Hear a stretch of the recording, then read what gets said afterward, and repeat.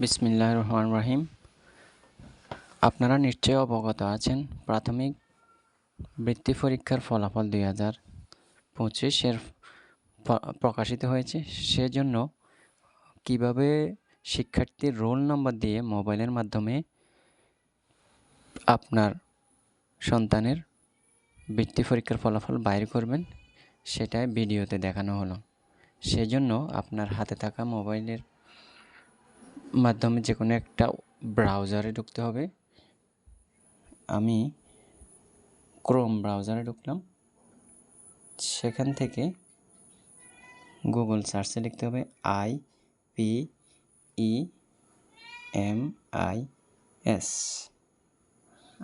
লিখে সার্চ দিতে হবে।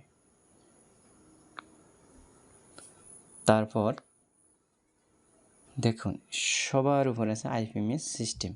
এরপরে আছে দেখুন প্রাথমিক বৃত্তি পরীক্ষা। এখানে ক্লিক করুন। ক্লিক করার পর দেখুন এখানে উপরে আছে প্রাথমিক বৃত্তি পরীক্ষার ফলাফল 2025। এটা যেমনি আছে এভাবে সিলেক্ট থাকবে। এখানে আপনার শিক্ষার্থীর রোল নম্বর দিতে হবে। ধরুন আমি একটা দিয়ে দিচ্ছি।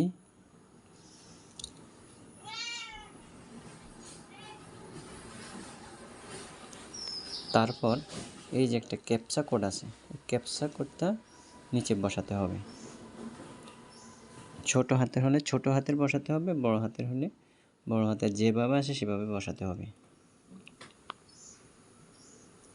YADX6 এই যে উপরের যে ক্যাপচা কোডটা আছে হুবহু এই ক্যাপচা কোড এখানে বসিয়ে সাবমিট। দেখেন এই রেজাল্ট, এই শিক্ষার্থীর ট্যালেন্টফুল বৃত্তি দেখাচ্ছে। আচ্ছা, আপনারা যদি এটা ডাউনলোড করতে চান তাহলে এখানে ডাউনলোডে ক্লিক করুন। তারপর সেভ PDF ডান পাশে কর্নারের উপরে দেখবেন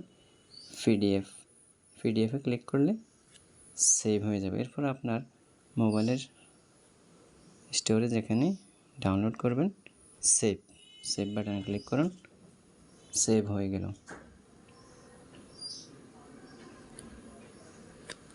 ধন্যবাদ সকলকে।